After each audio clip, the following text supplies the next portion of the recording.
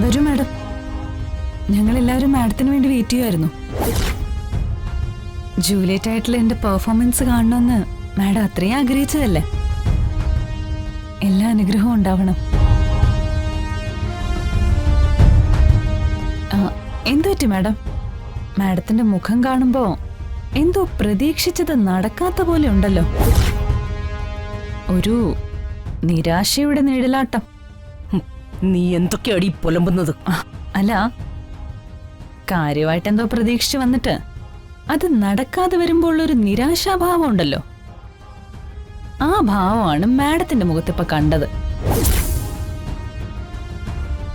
എനിക്ക് തോന്നിയത് ഞാൻ പറഞ്ഞേ ഉള്ളൂ. മാഡത്തെ പോലൊരു മഹത്വനിതയ്ക്ക് ഈ ഭാവം അങ്ങോട്ട് ചേരുന്നില്ല. അനാവശ്യം പറഞ്ഞാലുണ്ടല്ലോ അടിച്ച് കാരണം പുകച്ചളഞ്ഞാൽ. അയ്യോ മാഡം, വേണ്ട. ദേ, ഈ ഓഡിറ്റോറിയം നിറയെ ആളുകളാ. മാഡം ഇവിടുത്തെ ചീഫ് ഗസ്റ്റ് അല്ലേ, സ്വന്തം ഇമേജ് നോക്കണ്ടേ? മനസ്സിൽ ദുഷ്ടത്തനം വെച്ചിട്ടാണെങ്കിലും ഞാൻ ഈ നാടകത്തിന് ഫസ്റ്റ് പ്രൈസ് വാങ്ങിക്കണമെന്ന് ആശംസിച്ചിട്ടാ മാഡം എന്നെ ഇങ്ങോട്ട് വിട്ടത്. അതുകൊണ്ട് എന്ത് വില കൊടുത്തും ഞാൻ ഈ നാടകത്തിൽ അഭിനയിച്ച സമ്മാനം വാങ്ങും. അത് ഞാൻ എന്നേക്കാൾ നന്നായി അഭിനയിക്കാൻ അറിയാവുന്ന മാഡത്തിന്റെ കയ്യിൽ നിന്ന് തന്നെ വാങ്ങുകയും ചെയ്യും. എനിക്ക് ഒരു ഓൾ ദി ബെസ്റ്റ് പറഞ്ഞൂടെ?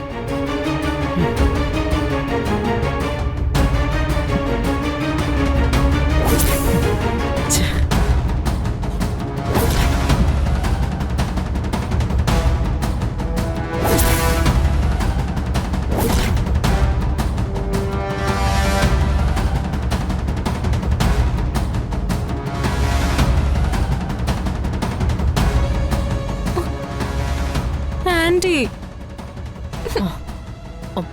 മോളെ, അയ്യോ ആന്റി അവക്കിട്ട് പണി കൊടുക്കാൻ പ്ലാൻ ചെയ്തത് കിട്ടിയത് തിരിച്ച് എനിക്കായിരുന്നു.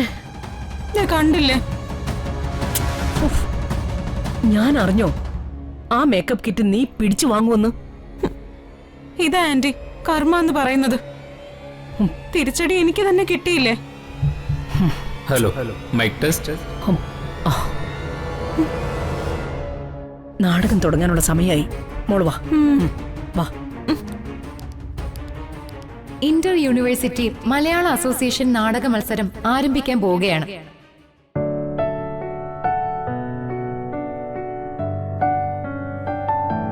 നാടകം വീക്ഷിക്കുവാനായി ചീഫ് ഗസ്റ്റ് ഇവിടെ വന്നിട്ടുണ്ട്. രമാദേവി മാഡമാണ് ചീഫ് ഗസ്റ്റായി എത്തിയിട്ടുള്ളത്. മാഡത്തിന് സ്വന്തമായ എയർലൈൻസ് കമ്പനിയൊക്കെ ഉള്ളതാണ്. മഹാനായ ഷേക്സ്പിയറുടെ റോമിയോ ആൻഡ് ജൂലിയറ്റ് എന്ന നാടകം അരങ്ങേറാൻ പോവുകയാണ്.